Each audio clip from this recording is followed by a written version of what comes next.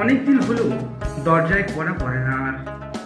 আমিও বের হই না খাঁচা থেকে বহুকাল। ব্যাকরণের নিয়ম মেনে অথবা না মেনে লিখে যায় কাব্য, রেখে যায় সাক্ষ্য প্রতিটি দিনের। এই বোধহয় কিছুক্ষণ হলো, কিংবা যুগান্তর। আমি রচনা করছিলাম এক নিঃশব্দের গান।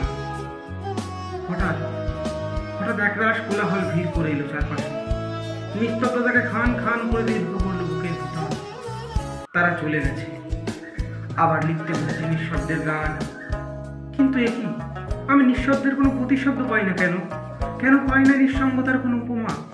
কেন বোবা আকাশের নিচে নিঃসঙ্গ চাঁদ দেখে বোধ হয় ওই বুঝি সুন্দর?